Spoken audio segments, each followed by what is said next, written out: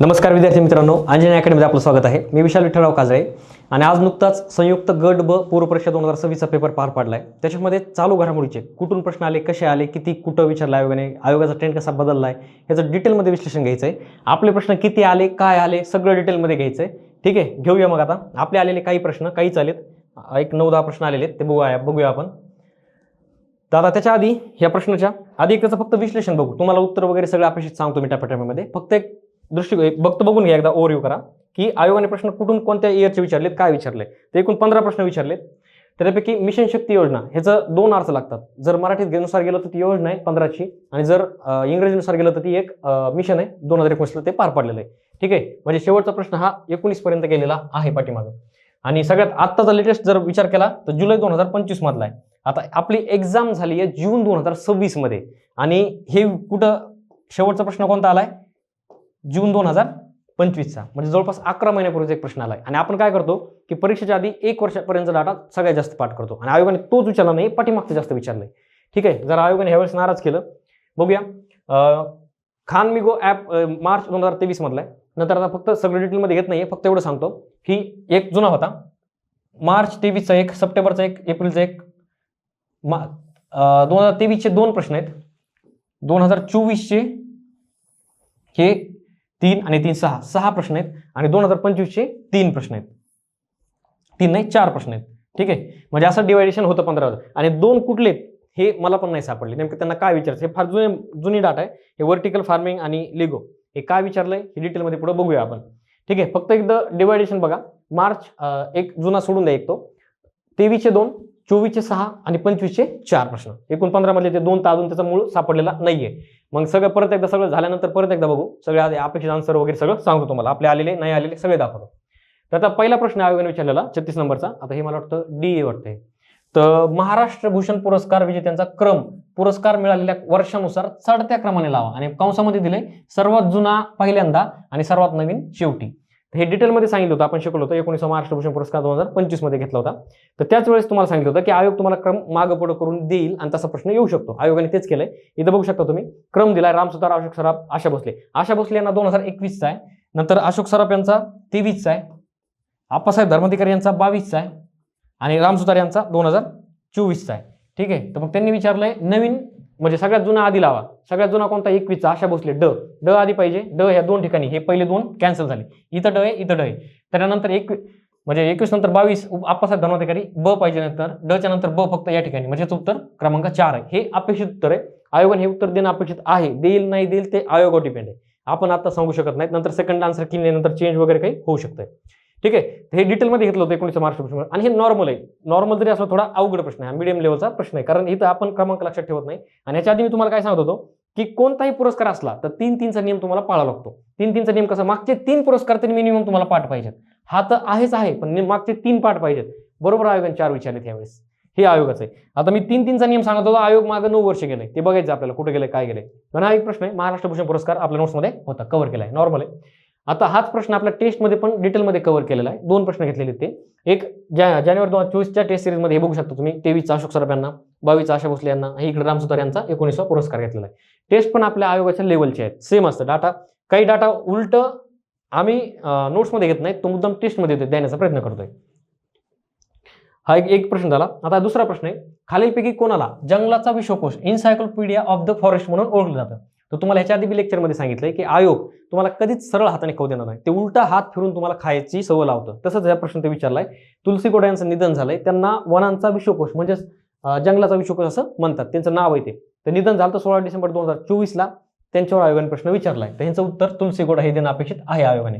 ठीक आहे, तर आता बऱ्याच विद्यार्थ्यांचं म्हणणं आहे की सर आपल्या बॅचमध्ये जानेवारी 2023 पासूनचा डाटा आहे, तुम्ही एवढा का ठेवलाय, 23ची गरज नाही, 24 सोडवलं तरी चालतो अर्धा, 25चा 26चा आपल्याला काम येईल. पण असं नाहीये, आयोग कुठं पण कधी पण काही पण विचारू शकतोय, त्याच्यामुळे मागचा पण डाटा महत्त्वाचा आहे. इतका बी माटीपाट गरज नव्हती, पण जर आयोगाने जास्त डीपमध्ये पाठीमागे नेलाय. ठीक आहे, 24चा प्रश्न आहे हा. आणि मी तुम्हाला काय सांगितलं होतं, जानेवारी 25 ते एप्रिल 2026 पर्यंत तुम्हाला करायचं होतं कंबाईनसाठी. तर पुढचं 11 महिन्याचा आयोगाने काही विचारलं नाही, आणि पाठीमागे जास्त आयोग 3 वर्ष नेलेले आयोगाने. ठीक आहे, आयोग येते शेवटी, ते आयोगाला नाही चॅलेंज करतायत. दुष्काळ, आता पुढचा प्रश्न, नेक्स्ट प्रश्न, दुष्काळ सहन करणारी जात टिंबटिंब जात सादर करण्याच्या यशस्वी प्रयत्नांसाठी डॉक्टर स्वाती नायक यांना प्रतिष्ठित नॉर्मन बोरलॉग हा पुरस्काराने सन्मानित करण्यात आलाय. तर त्यांनी विचारलंय की त्यांना भेटलाय नॉर्मन बोरलॉग पुरस्कार. त्यांचं नाव डॉक्टर स्वाती नाईक. आपण पाठ केलेलं असतं एवढं की पुरस्कार कोणता आहे, कोणाला भेटलाय, किती आहे तो, कोण देते संस्था, तिचं रक्कम किती आहे, सगळं पाठ केलं. आयोगाने ते काही नाही, आयोगाने स्वतःहून दिलं की त्यांना पुरस्कार मिळालाय. आता सांगा त्यांनी विकसित केलेली जात कोणती तांदळाची, ह्या लेवलपर्यंत पोहोचलंय. आणि त्याच्यामध्ये मी मराठीमध्ये थोडी इथं शचं स केलं त्यांनी. हे श पाहिजे होता, ते मराठी गुगल ट्रान्सलेट वापरतात, ते शचं स केलं त्यांनी. ते मराठीमध्ये एक मन आहे ना, धचं म करणे काहीतरी, धाराचं मारा झालं नंतर ते झालं, सेम तसंच आहे. तर हा नॉर्मन बोरलॉग पुरस्कार 2023 मध्ये घेतला होता आपण. आणि हे मुद्दाम मॅडमला टॉपिक वाईज घ्यायला लावले तुम्ही, आणि ते युट्यूबवर पण अवेलेबल टाकलेले आहेत मुद्दाम. तर त्याच्यामध्ये इथं बघू शकता तुम्ही, सहिष्णू 6 भागी धान तांदळाची वाण सादर केलं होतं. डॉक्टर स्वाती नाईक यांनी ओडिसामधील दुष्काळ सहिष्णू 6 भागी धान तांदळाची वाण निर्माण केलं होतं. हा प्रश्न आयोगाने 10 तासा इथं विचारलाय. आता हे स आणि श बघा तुम्ही, मराठीमध्ये आणि इंग्रजीमध्ये थोडा आयोगाने डिफरन्स दिलाय, तो पण बघून घेऊ आपण. हा प्रश्न आपल्या नोट्समधला आहे. ठीक आहे. तर हे बघा इथं काय केलं त्यांनी इंग्रजीमध्ये मराठीमध्ये. आता आम्ही पण ट्रान्सलेट करतो इंग्रजीमधून मराठीत, पण आपण प्रॉपर करतो. हे बघा 6 भागी धान राईस, हे सहभागी झाले, सहभागी धान तांदूळ झाले. ठीक आहे. हे दोन्ही बरोबर आहेत. आयोग काय करतं, इंग्लिशमध्ये गृहीत धरतं. तर हे बरोबर आहे. उत्तर 2 याचं आयोगाने देणं अपेक्षित आहे. नेक्स्ट प्रश्न आहे, टिंबटिंब किंवा डॉट डॉट एक पायलट, वैमानिक आणि उद्योजक हे अमेझॉनचे संस्थापक जेफ बेझोस यांच्या ब्लू ओरिजिनच्या NS-25 मोहिमेत परदेशी पर्यटक म्हणून अंतराळात जाणारे पहिले भारतीय नागरिक बनले होते. पहिला भारतीय, पहिला शब्द आला तिथं तुमचा आयोग आला. हे आयोगाचे कीवर्ड्स आहेत. मागच्या परीक्षेमध्ये अर्धे प्रश्न त्या पहिल्यावरच आहेत. तर ते होते आपले गोपी थोटकुरा. हे तर ही गेलते 19 मे 2024 मध्ये. म्हणजे बघा तुम्ही, एक्झाम झाली जून 2026 मध्ये, डाटा विचारला 24चा सगळ्यात जास्त, 25चे पण थोडे कमी, 24चे प्रश्न थोडे जास्त आहेत. गोपी थोटकुरा भारताचे पहिले आयोगाने विचारलेले आहेत. ठीक आहे. आता राज्यसेवा झाली 31 मे 2026 ला. त्याच्यामध्ये शेवटचा प्रश्न विचारला मार्च महिन्यातला, मार्च 26 मधला. आणि आता ही एक्झाम झाली जून 2026 मध्ये, आणि ह्याच्यातला शेवटचा प्रश्न विचारला जुलै 2025 मधला. हे आयोग आहे, हे कुठं पण कधी पण जाऊ शकतं. त्याच्यामुळे पाठीमागचं पण व्यवस्थित करून जाणं आहे तुम्हाला. ओके. तर ह्यांचं उत्तर आहे, उत्तर अपेक्षित आहे गोपीचंद थोटकुरा. अजून एक, जे आपले चंद्रयान मोहिमेसाठी जे निवडलेले 4 जण आहेत ना, त्यातले हे 2 नाव शुभांशु शुक्ला ह्या वर्षी जास्त चर्चेत आहेत, अजित कृष्णन पण नाव चर्चेत आहे. मुद्दाम चुकण्यासाठी तुम्हाला त्यांनी ते नाव तसे सेट केलेले आहेत. आता कोणाला जरी जास्त डीपमध्ये नसेल गेलं किंवा लक्षात नसेल राहिलं त्यावेळेस, तर काय करतं, स्पीडमध्ये शुभांशु शुक्ला गेले होते बाबा, आपल्याला माहिती आहे, आपण ते करू. ते नाहीये, याचं उत्तर गोपीचंद थोटकुरा हे देणं अपेक्षित आहे. पहिलं आलं की तुम्हाला करणंच. आता ह्याच्यामध्ये विशेष म्हणजे लेक्चरमध्ये सगळं सांगितलं होतं की 1984 मध्ये भारतीय लष्कराचे विंग कमांडर राजेश शर्मा यांच्यानंतर अंतराळात जाणारे गोपी हे पहिले भारतीय अंतराळ पर्यटक आणि दुसरे भारतीय ठरलेत. जर नुसतं आयोगाने दुसरे भारतीय विचारलं असतं तर ह्यांचं उत्तर होतं. आणि पहिले भारतीय अंतराळ पर्यटक आहेत, हे अंतराळमध्ये पर्यटन करण्यासाठी गेले होते. आणि हे जे आपले राकेश शर्मा आहेत ना, हे पर्यटन करण्यासाठी नव्हते गेले, ते मिशनचा भाग होते म्हणून गेले होते. ठीक आहे. डिटेलमध्ये घेतलं होतं. आयोगाने एक नॉर्मल विचारलेला आहे प्रश्न याच्यावर. आता हेच जसे प्रश्न आहेत ना आपले, तेच टेस्ट सिरीजचा पण आपला तोच दर्जा आहे. जसं आयोग तसे आपले टेस्ट, म्हणजे डायरेक्ट म्हणू शकतो तुम्ही, अंतराळात जाणारे पहिले भारतीय पर्यटक कोण होते, तीच शब्दरचना आहे, तेच सगळे गोपी थोटकुरा. ह्याच्यामध्ये विशेष म्हणजे काय झालं, आमच्या टाईप करणाऱ्या टायपिंग मिस्टेक झाली होती टाईप करणाऱ्याकडून, तर ते गोपी छोटकुरा झालं होतं, ते छोटकुरा. ठीक आहे. हे बघू शकता तुम्ही. आणि मुलांनी मला स्क्रीनशॉट पाडून मेसेज पाठवून सांगितलं होतं की सर इथं थोडीशी चूक झाली आहे. आता ही चूक त्यांना फायदेची ठरली, कारण त्यांचं लक्ष इथं होतं की हा हे चुकलं होतं सर कोण, आपण त्यांना दुरुस्ती करण्यासाठी पाठवलं होतं. तर हे उत्तर हे आहे. ठीक आहे. म्हणजे आमची चूक पण तुमच्या फायद्याची ठरलेली आहे. अशा चुका होऊ नये म्हणून काळजी घेत होतो आम्ही. पण आता ती टायपिंग मिस्टेक झाली छोटीशी, पण आलंय. टेस्टमधला प्रश्न आहे आपल्या आयोगामध्ये, म्हणजे टेस्टचा पण दर्जा आयोगाचा आहे. ह्याच्या आधी पण आलेत, ह्याच्यानंतर पण येत राहतील, काय अडचण नाही. नेक्स्ट प्रश्न आहे, खालीलपैकी योग्य कथन ओळखा. मनोहर जोशी आणि पंकज उदास यांना पद्मभूषण पुरस्कार 2025 ने सन्मानित करण्यात आलं. आणि अच्युत पालव आणि अशोक सराफ यांना पद्मश्री पुरस्कार 2025 ने सन्मानित करण्यात आलं. अजून एक, आता जेवढे पद्म पुरस्कार असतात त्याच्यामध्ये आधी महाराष्ट्राचे तुम्हाला पाठ करून ठेवावं लागतात. महत्त्वाचं म्हणजे महाराष्ट्र आहे, एकदा पाठ करायचं, समोर चालायचं. बरोबर आयोगाने तेच विचारलंय. ह्याच्या आधी तुम्हाला मी एक सांगितलं होतं पॉईंट लेक्चरमध्ये, की जर आंतरराष्ट्रीय स्तरावरची न्यूज आहे आणि त्याच्यामध्ये एखाद्या भारतीय व्यक्तीचा सहभाग आहे, आता आपण पहिले भारतीय पर्यटक वगैरे बघितले, आयोग विचारतात, आयोगाने विचारलंय. दुसरी, जर राष्ट्रीय स्तरावरची न्यूज आहे आणि त्याच्यामध्ये एखाद्या महाराष्ट्राच्या व्यक्तीचं नाव आहे, ते आयोग विचारतं. बरोबर आयोगाने तिथं विचारलेलं. हे आयोगाचे कीवर्ड्स आहेत, लवकर लक्षात ठेवत चला, म्हणजे थोडं सोपं जातं करंट अफेअर करायला. तर मनोहर जोशी आणि पंकज उदास यांना पद्मभूषण भेटलेलं आहे. महाराष्ट्रातले 3 विजेते, त्यातले पहिले 2 आयोगाने विचारलेत. बरोबर, जिथं काळं निळं केलं ना, बरोबर विचारले. उगाच काळं निळं करत नाहीत आपण, काहीतरी असतं त्याच्या मागे लॉजिक. आणि जे अच्युत पालव, कला आणि अशोक सराफ हे पाठ करायला सांगितलं तुम्हाला, बरोबर ते आयोगाने विचारलेलं आहे. त्याचं उत्तर अ आणि ब हे योग्य कथन ओळखा विचारलंय. तर हे दोन्ही देणं आयोगाने अपेक्षित आहे. अपेक्षित आहे ह्याच्यासाठी की ते शेवटी आयोग आहे, ते कोणतेही उत्तर देऊ शकतं. ओके. पद्म पुरस्कार 2025 आणि आत्ताच पद्म पुरस्कार 2026 ऑलरेडी राज्यसभेला विचारून झालेत. ठीक आहे. म्हणजे असं काही नाही आयोगाचं की आधीच्या एक्झाममध्ये इथपर्यंत विचारलं म्हणजे आम्ही तिथून पुढे विचारणार, असं अजिबात नाहीये. ते आयोग कुठं बी जाऊ शकतं, कधी बी जाऊ शकतं. त्याच्यामुळे तयार राहा, 1.5 वर्षाचं करंट अफेअर व्यवस्थित करून जायचंय. पण कधी कधी आयोग काय करतं की आतापर्यंत आयोगाचा एक नियम होता की आयोग 7 आपले जे विषय आहेत 7 विषयापैकी 2 विषय दाबत होतं दरवर्षी, की त्याच्यात तुम्हाला मार्क येऊ देत नव्हतं. पण असं पहिल्या वेळेस झालं की आयोगाने 7च्या 7 विषय दाबले. विषय नाही तुम्हाला दाबले, त्यांनी तुमचा अभ्यासच दाबलाय पूर्ण. एवढा बेकार पेपर आहे हा. आतापर्यंत यूपीसीचा पेपर जसा सेट होतो तसाच राज्यसेवेचा सेट होतो आणि त्याच धर्तीवर कंबाईनचे पण पेपर असतात. तर ह्या वर्षी यूपीसीचा अवघड निघलाय, कंबाईनचा राज्यसेवेचा अवघड निघलाय आणि त्याच्यापेक्षा अवघड ग्रुप आपला ग्रुप बीचा निघलाय. आता ग्रुप सीचं काय होईल मी सांगू शकत नाही, कारण हे अवघड आहे. ठीक आहे, असे पेपर जर निघले तर एमपीसी करणंच अवघड आहे. सरळ सेवेकडे जावं लागेल. 2026 सरळ सेवेचं वर्ष.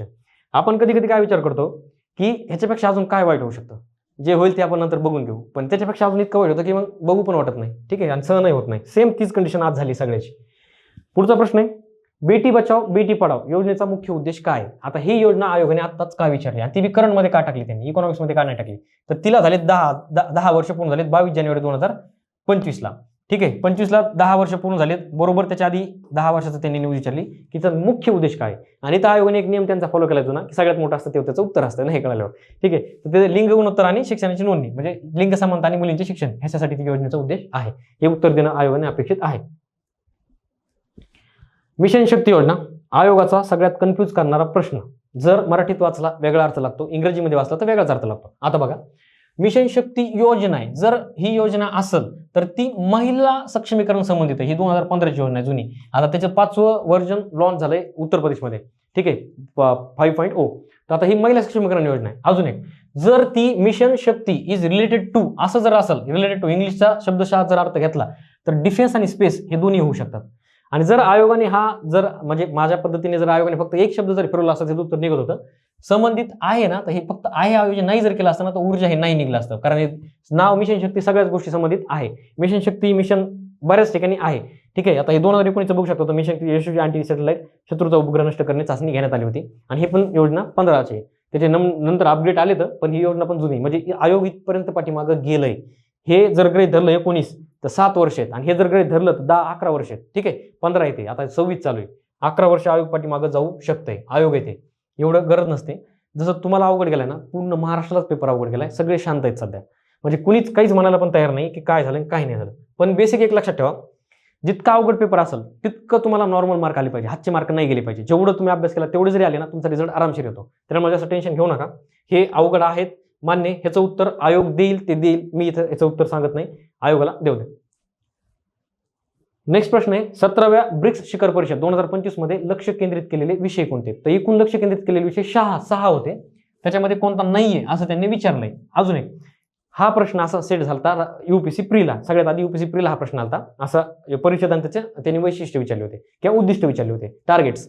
तर सेम एमपीएससीने पण कॉपी केला राज्यसभा पूर्व परीक्षेमध्ये. नंतर तोच आता ग्रुप बी मध्ये पण आयोगाने विचारलेला आहे. जसं यूपीएससी तसं मग बाकीचे सगळे पेपर सेट होतात.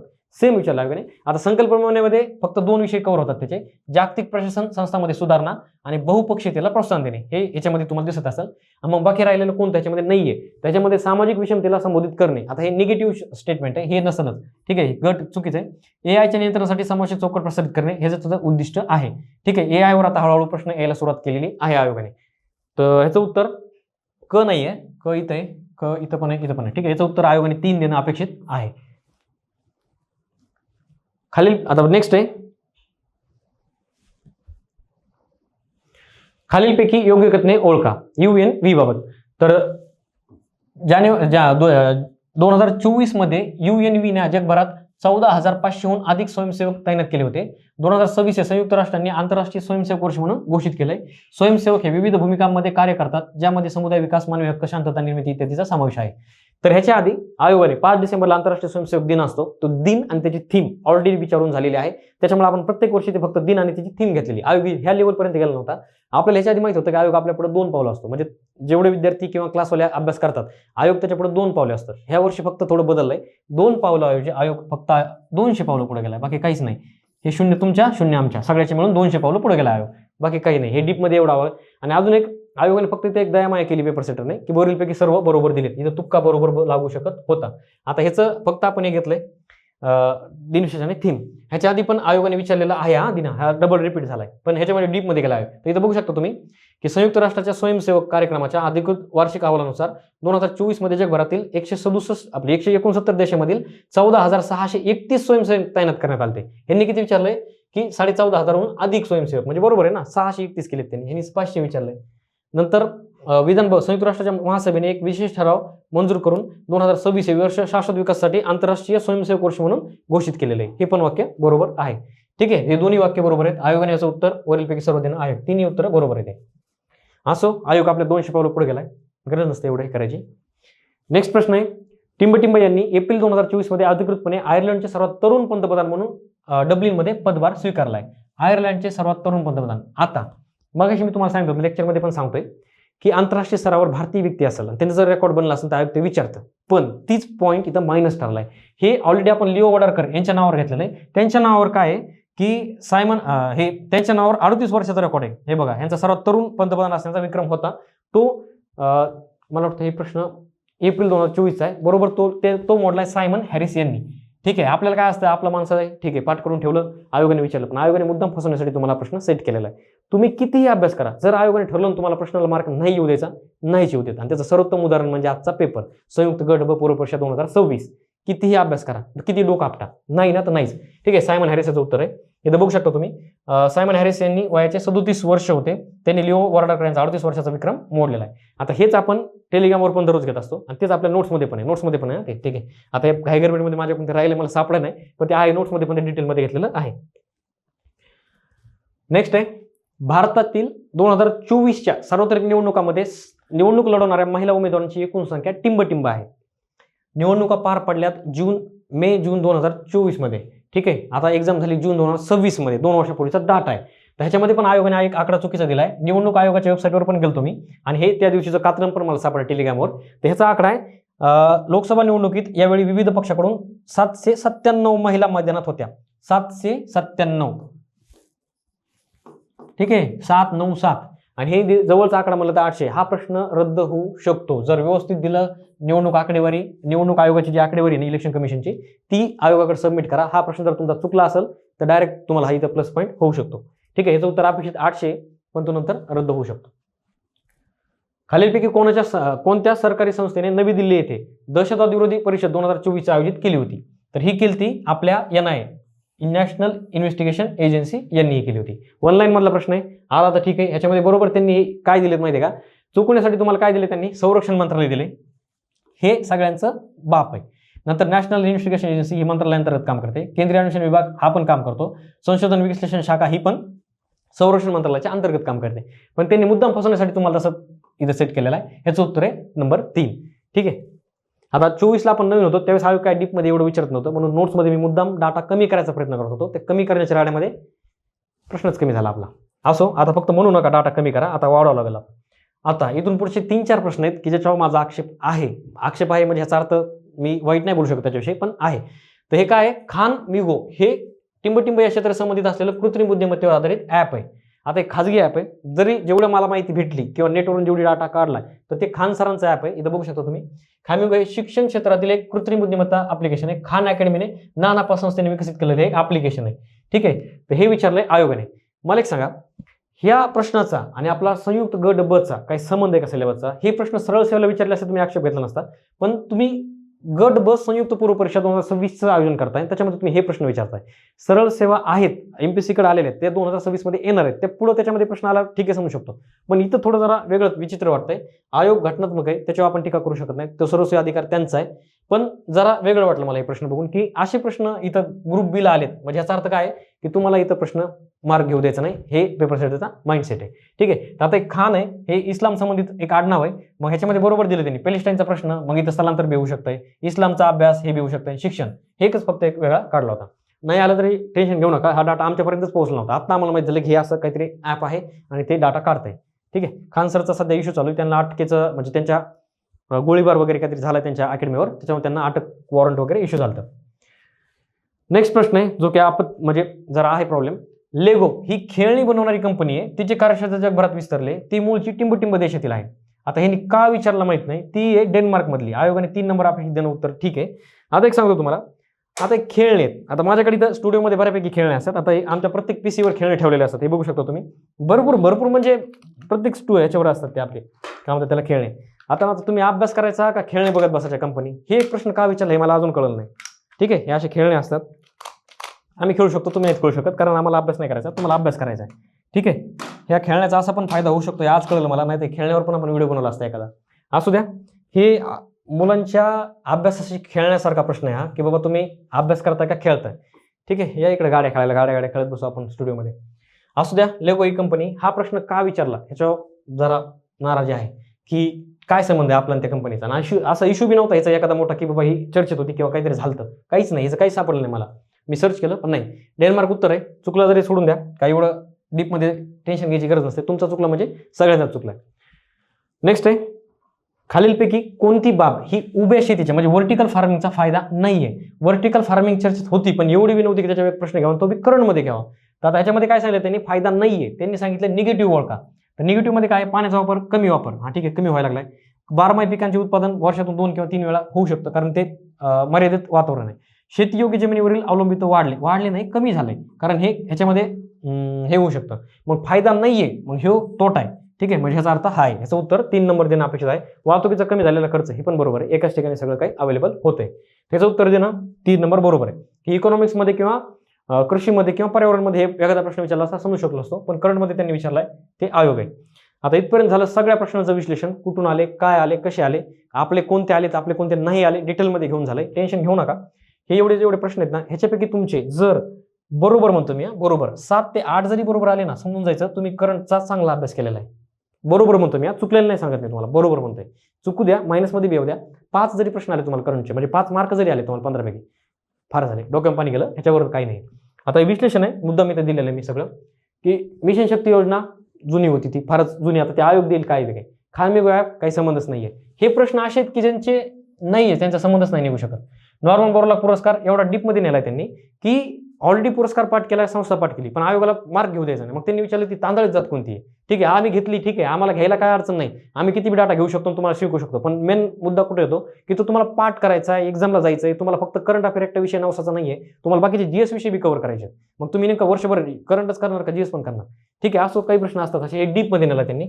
आणि हा पेपर आतापर्यंतच्या माझ्या इतिहासातला सगळ्यात अवघड पेपर होता. पहिला यूपीसीचा अवघड दिसला 2026चा, नंतर राज्यसेवेचा सगळ्यात अवघड दिसला, त्याच्यानंतर सगळ्यात हार्ड हा दिसलाय. आता ग्रुप सीवालीने विचार करा तुमचं काय होणार आहे. ठीक आहे, भीती दाखवत नाहीये, पण वस्तुस्थिती पण तीच आहे. आयर्लंडचे सर्वात तरुण पंतप्रधान, नॉर्मल प्रश्न येऊ शकतो बरोबर. पहिले भारतीय अंतराळ पर्यटक, नॉर्मल प्रश्न होता, मे 24 मधला येतो, एप्रिल 24 मधला येतोय.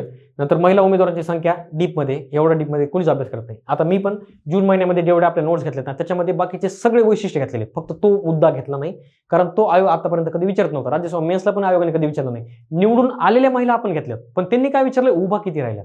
अरे हा काय प्रश्न आहे.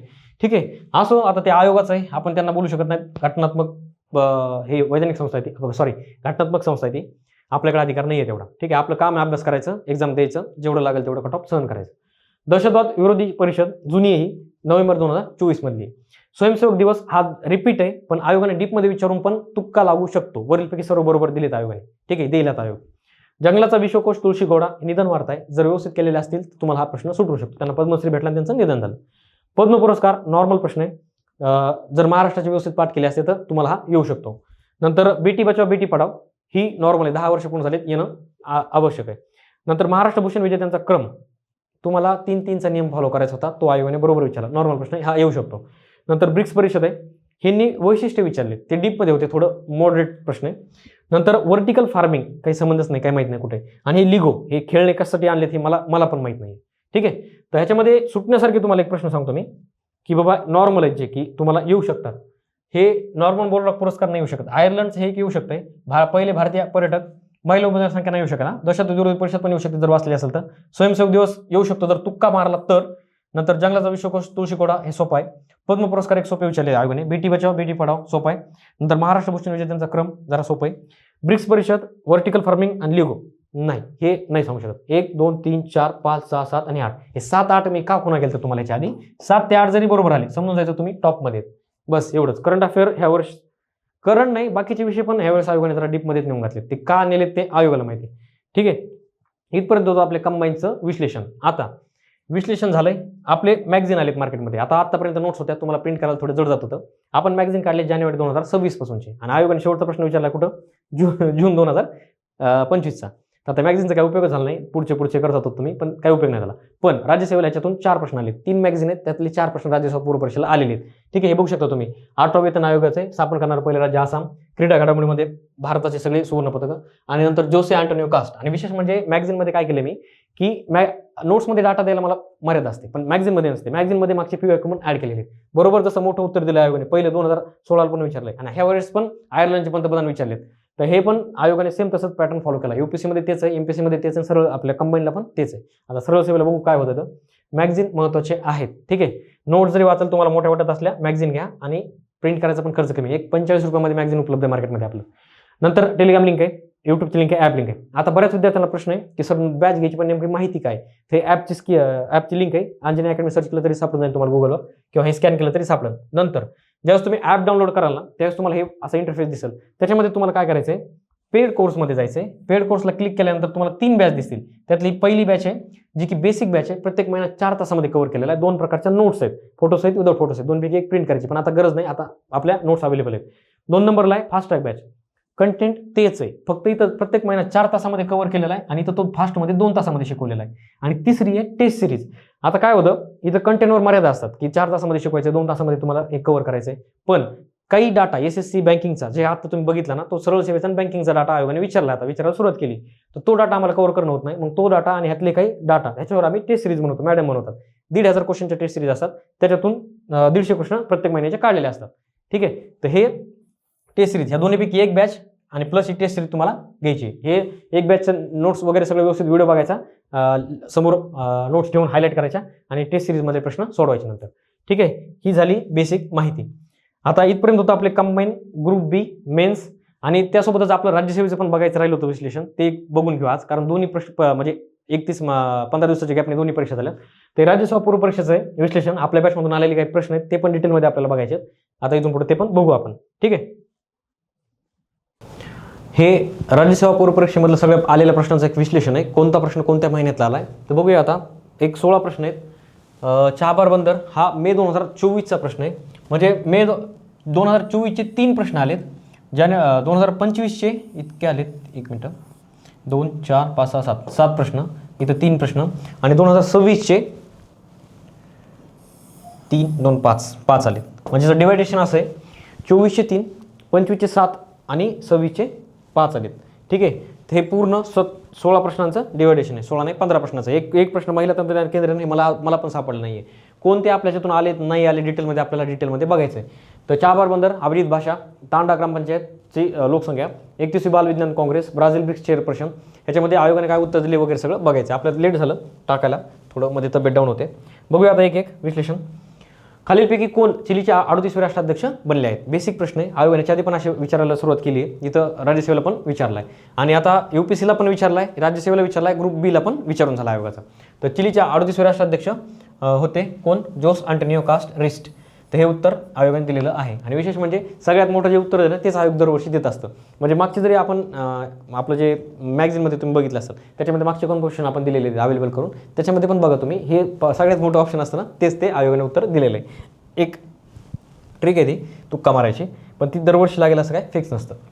पुढचा प्रश्न आहे, नवी दिल्ली येथे आयोजित world para athletics grand prix 2026 मध्ये भारताने किती सुवर्ण, रौप्य आणि कांस्य पदकं जिंकली आहेत. भारताचं डायरेक्ट त्यांनी विचारलं, स्थान वगैरे काय नाही विचारलं, डायरेक्ट विचारलं किती जिंकले. तर भारत होता 1 नंबरला, त्याच्यामुळे त्यांनी विचारलं आयोगाने. 75 सुवर्ण, 69 रौप्य, 69 रौप्य, 64 कांस्य, एकूण 208 पदकं भारताने जिंकलेली आहेत. ह्याचं ऑप्शन कुठे आहे, 75 इथं. ठीक आहे, 75 नाही, ठीक आहे, 75, 69 आणि 64 हे उत्तर आयोगाने दिलेलं आहे.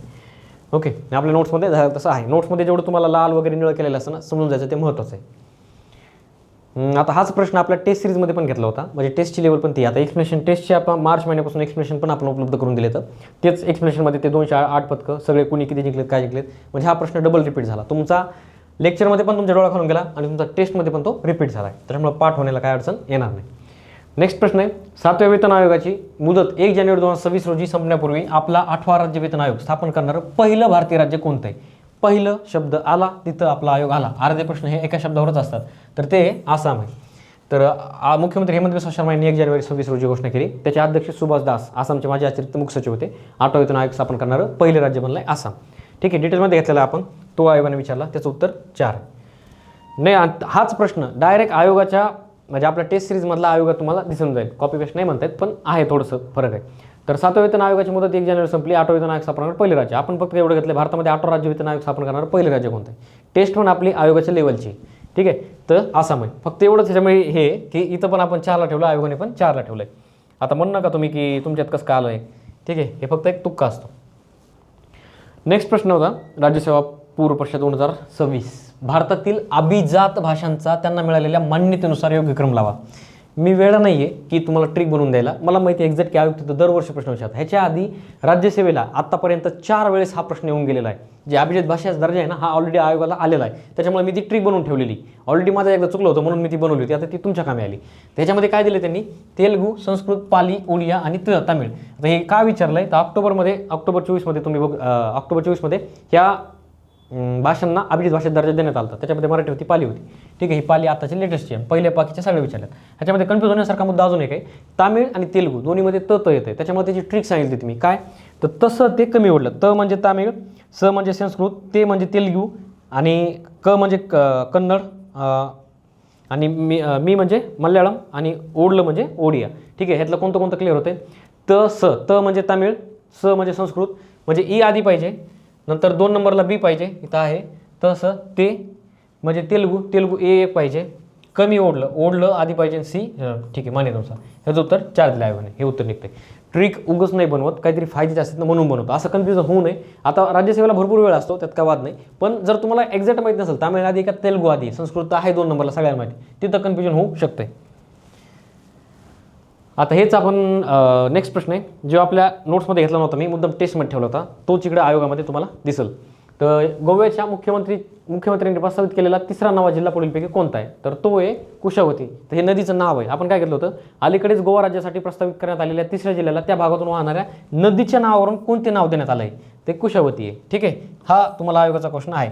म्हणजे आपली टेस्ट आयोगासोबत मॅच होते, बाकीचं हे माहीत नाही, पण आपल्या आयोगाची लेवल तेवढी आहे. कारण काय आहे, आपल्या शीतल मॅडम आहेत ना, त्या 1,500 क्वेश्चन काढतात, SSCचे, UPSCचे, बँकिंगचे. त्याच्यामधून जे 150 महत्त्वाचे प्रश्न वाटतात त्या इथे घेतात आणि आयोग तिथूनच प्रश्न थोडेफार दिसत आहेत तिथूनच. ठीक आहे, विचार तिथून नाही आहे, पण दिसत आहेत तसे. प्रधानमंत्री धनधान्य कृषी योजनेबाबत खालीलपैकी योग्य विधाने ओळखा. आता हा प्रश्न 2 वेळेस आला आहे, मागच्या वेळेस पण आला, ह्या वर्षी पण आला आहे. तर त्याच्यामध्ये काय दिलं आहे, केंद्रीय मंत्रिमंडळाने प्रधानमंत्री धनधान्य योजनेला मंजुरी 16 जुलै 2025 रोजी दिली. आता डिटेलमध्ये आपण घेतलेलं आहे 16 जुलै 2025, हे बरोबर आहे.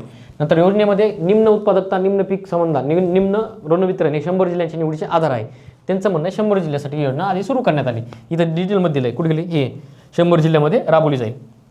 ओके, हे पण बरोबर आहे. योजनेचे संचालन चतुस्तरीय कार्यान्वयन संरचनेच्या माध्यमातून केलं जाईल. हे तृतीयस्तरीय, केंद्र, राज्य आणि आपले जिल्हा परिषदच्या माध्यमातून. ठीक आहे, जिल्ह्याच्या माध्यमातून. ते 4 नाही आहे, हे फक्त 3 स्तरीय आहे. ठीक आहे, त्याच्यामधलं काय विचारलं त्यांनी, योग्य एकत्न ओळखा, ए आणि बी बरोबर फक्त. उत्तर आयोगाने 1 दिलेलं आहे. हे 3रा पॉईंट आपल्या याच्यामध्ये नाही आहे, तो कुठंच नव्हता तो आपल्या नोट्समध्ये, पण हे वरचे 2 होते. ठीक आहे, तेवढेच बरोबर आयोगाने दिलेत. नेक्स्ट प्रश्न आहे, चाबहार बंदराच्या संदर्भात योग्य विधान ओळखा. आता चाबहार बंदर ऑलरेडी आयोगाने हा प्रश्न विचारला आहे. हा प्रश्न डबल रिपीट झाला आहे, फक्त थोडं चेंजेस केलेत त्यांनी. इराणमधील चाबहार बंदरामुळे भारताला पाकिस्तानला वळवून थेट अफगाणिस्तानपर्यंत पोहोचण्याचा मार्ग उपलब्ध आहे. वर्षभर चर्चेत होतं, हे बरोबर आहे. याचं चाबहार बंदर हे चीनने पाकिस्तानमध्ये विकसित केलेल्या कराची, तर कराची नाही केलेलं, ग्वादर नावाचं एक बंदर आहे, ते चीनने विकसित केलेलं आहे. तर हे उत्तर हे चुकीचं आहे. नंतर चाबहार बंदराच्या संचालन आणि विकासासाठी स्थापन करण्यात आलेली विशेष उद्देशीय संस्था म्हणजे स्पेशल पर्पज व्हेकल म्हणजे इंडिया स्पोर्ट ग्लोबल लिमिटेड, हे पण बरोबर आहे.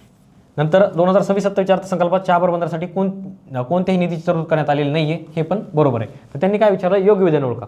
यातलं फक्त 2 नंबर चुकीचे, बाकी सगळे बरोबर आहेत. म्हणजे फक्त बी नाही पाहिजे, इथं बी आहे, इथं बी आहे, इथं बी आहे. मग याचं उत्तर 3 दिलं आयोगाने. हे डिटेलमध्ये आपण इथं घेतलेलं आहे. ठीक आहे, प्रथमच वगैरे वगैरे. फक्त आता ते ह्या अर्थसंकल्पामध्ये आपण त्याच्याविषयी तरतूद घेतलेली नाही आहे. अर्थसंकल्प घेतला आहे आपण, त्याच्यात ती तरतूद नाही आहे, ती नाहीच आहे, नोट्समध्ये नाही. याचा अर्थ ते चुकीचं दिलं आयोगाने. पुढचा प्रश्न आहे, दिनांक 9 ऑक्टोबर 24 रोजी शासन निर्णयानुसार बंजारा लमान तांडा भागासाठी ग्रामपंचायत स्थापन करण्यासाठी किमान किती लोकसंख्या आवश्यक आहे. आपण महाराष्ट्र सरकारचा निर्णय सहित घेतलं होतं, हे कुठंच नाही आहे, फक्त आपल्या नोट्समध्ये. ठीक आहे, एकूण अट 1000हून 700 पर्यंत अशी करण्यात आलेली. ह्याचं उत्तर 700. अजून एक, आता बऱ्याच जणांचं म्हणणं आहे की सर इथं 9 ऑक्टोबर आहे आणि इथं 4 ऑक्टोबर आहे. ह्या प्रश्नाला काही होऊ शकतं का चुकल्यामुळं? तसं नसतं. मंत्रिमंडळाने निर्णय घेतला, तो जी आर लागू होऊन परत तो लागू व्हायला थोडा दिवस लागत असतात. तर 9 ऑक्टोबर हे बरोबर आहे. 700 बरोबर आहे.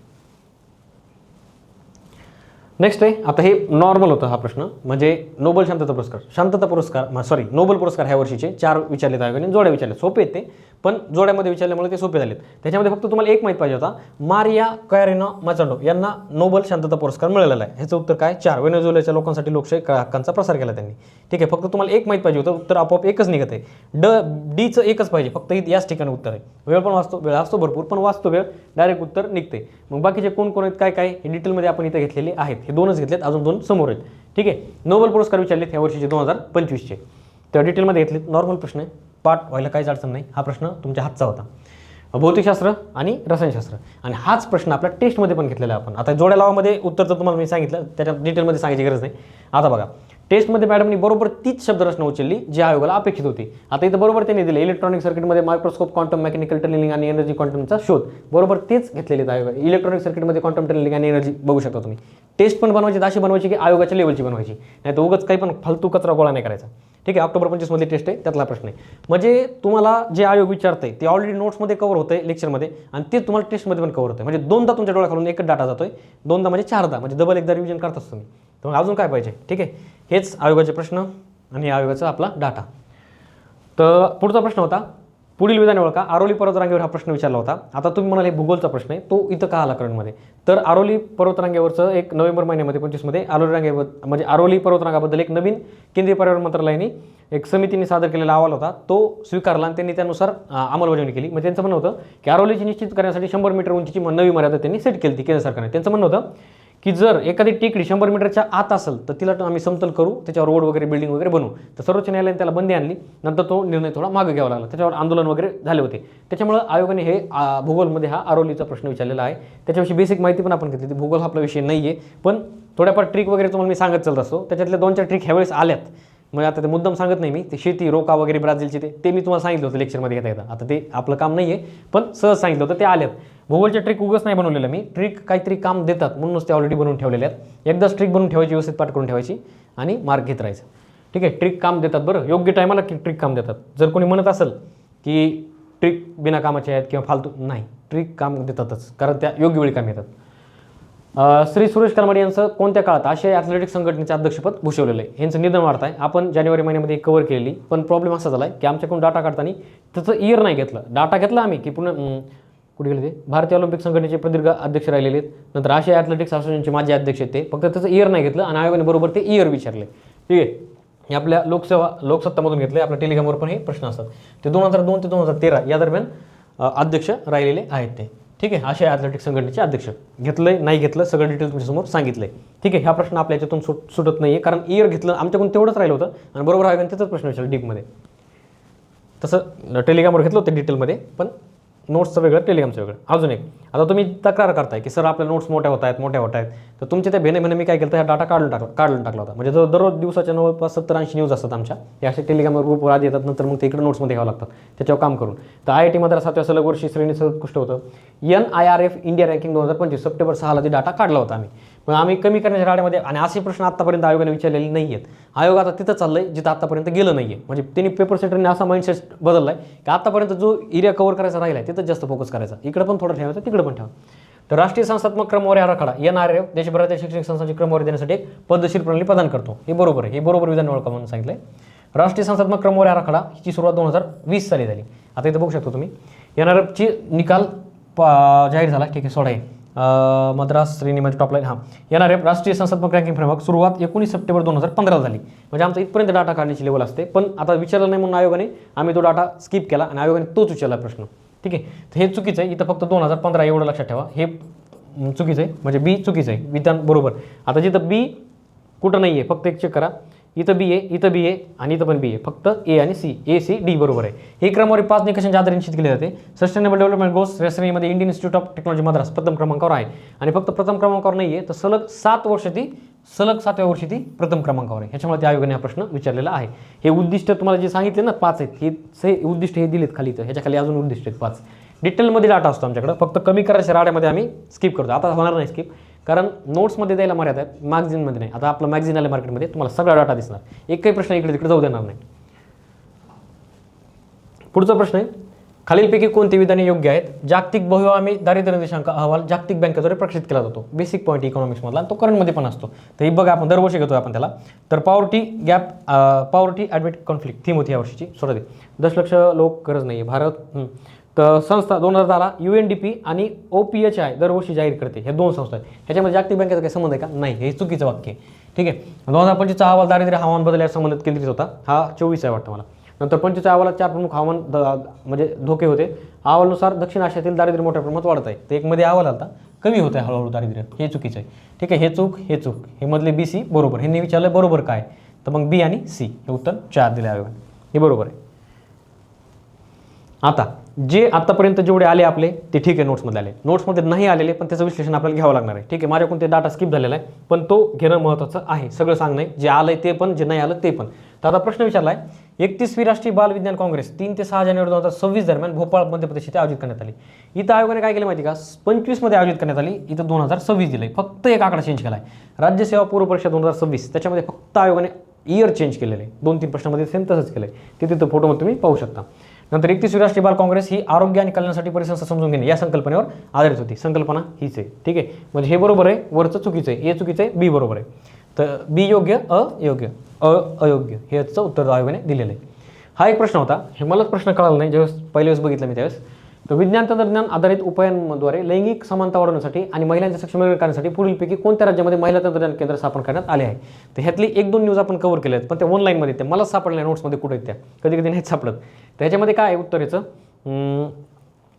BCE कुठे गेलं, BCE. ठीक आहे, हे उत्तर आहे त्याचं 1 नंबरचं. BCE म्हणजे तामिळनाडू, सिक्कीम आणि उत्तर प्रदेश. महाराष्ट्र आणि गुजरात दोन्ही नाही आहेत. हे नवीन प्रश्न होता, हे मला पण कळालं नाही ह्याच्यामध्ये, आणि गुगलने पण व्यवस्थित उत्तर दिलं नाही त्यावेळेस. आयोगाने उत्तर दिले BCE. नेक्स्ट प्रश्न होता, ब्राझीलच्या ब्रिक्स चेअरशिप 2025चा प्रमुख प्राधान्यामध्ये पुढीलपैकीचा समावेश आहे. ह्याच प्रश्न ग्रुप Cला आता Bला पण आपण पाहिलेला आहे. तर आता आयोगाने उद्दिष्ट विचारायला सुरुवात केली. त्याच्यामध्ये काय उत्तर दिलं आयोगाने, तर उत्तर दिलं आयोगाने 3 नंबरचं A B आणि E. A B आणि E, सॉरी हे नाही, E. ठीक आहे, महिला मुक्तीला प्रोत्साहन आणि बहुस्तरीय व्यवस्थेची सुधारणा हे 2 उत्तर त्याच्यामध्ये आयोगाने दिलेले नाही आहेत. आता हे काय आहे, प्रमुख प्राधान्यांना म्हणजे जे टार्गेट येतं त्यांची त्यांना, म्हणजे आयोगाने असं UPSCमधून हे उचललं आहे. सेम जसा UPSCचा पॅटर्न असतो ना, सेम तसा राज्यसेवेचा तसाच ग्रुप Bचा आणि Cचा असतो. UPSCचा पेपर सोपा आला समजून जायचं आपल्याला सगळं सोपं येणार आहे, पण जर UPSCचा पेपर अवघड आला, हार्ड आला, समजून जायचं आपली वाट लागणार आहे. सेम तीच गोष्ट यावेळेस घडली. हे UPSCचा प्रश्न कॉपी पेस्ट आहे आयोगाचा, म्हणजे असं संस्था आणि तिचे उद्दिष्ट विचारणं आयोगाने सुरू केले हळूहळू. UPSC दर आयोग पण आता सुधारणा करत आहे. ठीक आहे, इथपर्यंत झाले. नंतर भारताचा आर्थिक अहवाल 2025-26 नुसार आत्तापर्यंत आपण आर्थिक पाहणी अहवाल घेत नव्हतो, अर्थसंकल्प पण घेत नव्हतो. ह्या वर्षी काय केलं, अर्थसंकल्प पूर्ण घेतला. आता आयोगाने अर्थसंकल्प सोडून आर्थिक पाहणी अहवालावर प्रश्न विचारला आहे. आता पुढच्या वेळेस सगळंच घेऊ. ठीक आहे, हळूहळू एक स्टेप करतोय आपण पार. असो, ह्याचं वरीलपैकी सर्व बरोबर आहे की डिटेलमध्ये जागतिक घडामोडीवर हा प्रश्न होता आर्थिक पाहणी अहवालातला, तो वरीलपैकी सर्व बरोबर आयोगाने दिलेला आहे. आणि इथपर्यंत आपले सगळे प्रश्न. आता ही राज्यसेवा झाली. मग अशी सांगितलं मी तुम्हाला की आपले मॅगझिन 3 मॅगझिन आलेत मार्केटमध्ये, हे बघू शकता. तर या 3 मॅगझिनमधून राज्यसेवेला 4 प्रश्न आलेत. हे 3 प्रश्नाची झलक आहे. 8वा वेतन आयोग, क्रीडा घडामोडीमधलं ते आणि जोस अँटोनियो कास्ट. आणि हे मी आता तुम्हाला सांगितलं होतं की मागचे प्रश्न पण घेण्याचा फायदा काय आहे बघा. इथं पण बघा, आयोगाने सगळ्यात मोठं जे उत्तर आहे ना तेच दिले, आणि आत्ताचं प्रश्न राज्यसेवेचा काढा, त्यातलं सगळ्यात मोठं उत्तर आहे ना तेच आयोगाने दिलेलं आहे. हे मागच्या प्रश्नावरून तुम्हाला सॉल्व्ह होतं. म्हणजे हे जे मासिक मॅगझिन बनवलं ना, हे मागच्या 1.5 वर्षापासून मला बनवायचं होतं. तर 1.5 वर्ष मागचं काम करतो मी. मार्केटपेक्षा काहीतरी हटके बनवायचे, डाटा सगळ्यात कमी आणि एक्स्ट्रा मागचे PYQ सहित असं कोणीच केलेलं नाही आतापर्यंत. आपण पहिलं मासिक आहे की मागचे PYQ पण त्याच्यामध्ये ॲड केले. ते का केलेत तर तुम्हाला एक्झॅक्ट कळतं की आयोगाचा माइंडसेट कसा बदलला आहे. आधी 2015-16ला कसा होता, नंतर 21-22ला कसा झाला, आता 26 चालू आहे, 25-26मध्ये आयोग कसं बदललं आहे. मग हे करण्यासाठी मागचे PYQ जर तुमच्या समोर असतील ना, डोळ्यासमोर, आणि तुमचं काम जर सोपं होत असेल तर ते फायदेच असते. मॅगझिन मार्केटमध्ये अवेलेबल झाले, जवळच्या दुकानदाराकडे मागणी करा. एक जास्त महाग ठेवलेत, पुण्यामध्ये मुद्दाम महाग ठेवलेत त्यांनी, दुकानदारांनी माहीत नाही का ठेवलेत, मागणी म्हणून का काय, पण तुम्हाला 45 रुपयापर्यंत उपलब्ध करून देण्याची सोय आम्ही केलेली आहे. 45लाच घ्या. ऑनलाईन मागवले तर फक्त चार्जेस 50 रुपये काहीतरी असतात ऑनलाईनचे, तिन्ही एकत्र मागवा. ठीक आहे, इथपर्यंत होतं आपल्या राज्यसेवा पूर्व परीक्षेचं विश्लेषण. त्याच्यामध्ये कुठून कुठले प्रश्न आलेत, काय आलेत, कोणता प्रश्न कोणत्या महिन्यातला आहे हे पण महत्त्वाचं आहे. बघू शकता तुम्ही. आता आपण आत्तापर्यंत काय खेळ केला, 3-3चा नियम पाळला. इथं त्यांनी 2 ते डायरेक्ट 3 वर्षाचा नियम पाळलेला आहे. ठीक आहे, 2 महिन्याच्या आधी. आता 31 मेला एक्झाम झाली, म्हणजे मे सोडा एप्रिल सोडा, त्यातले 2 इथले प्रश्न आले नाही. त्याच्या आधी मार्चचे 2 प्रश्न आलेत. जानेवारी महिन्यातले 26च्या 3 प्रश्न आहेत. म्हणजे ह्या फक्त 2 महिन्यातले 5 प्रश्न आहेत. फेब्रुवारीचा प्रश्न नाही आहे. ठीक आहे. नंतर 25 मधले प्रश्न बघा.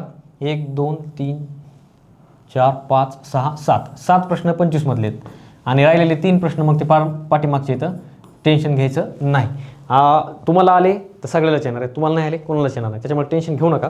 जेवढं झालं आहे तेवढं आहे, जेवढे येतील तेवढे आहेत. आयोग दरवर्षी 2 म्हणजे एकूण 7 विषयापैकी 2 विषय दाबण्याचा प्रयत्न करतं. त्याच्यामध्ये यावर्षी करंटचा पण नंबर लागला आणि आयोगाने 2 नाही दाबले, आयोगाने सगळेच दाबलेत ह्यावर्षी. राज्यसेवेला पण आणि कंबाईनला पण. सगळं विश्लेषण आपलं घेऊन झालं, कुठले आले कुठले नाही आले, डिटेलमध्ये कशी बॅच घ्यायची काय घ्यायची सगळं पण सांगून झालेलं आहे. आले नाही आले सगळं आले, कुठून आले काय आलं घेतलं आहे. टेलिग्रामची लिंक आहे, टेलिग्रामवर डाटा असतो आणि कोणत्याही परीक्षेमध्ये अर्धे प्रश्न आपल्या टेलिग्रामवरचे असतात, तेच आपल्या नोट्समध्ये येतात नंतर. ठीक आहे. ॲपची लिंक आहे, हे आपलं ॲप आहे, ऑलरेडी आप तुम्हाला सगळं सांगून झालेलं आहे. ठीक आहे. इथपर्यंत होतं पूर्ण विश्लेषण. परत भेटूया. धन्यवाद.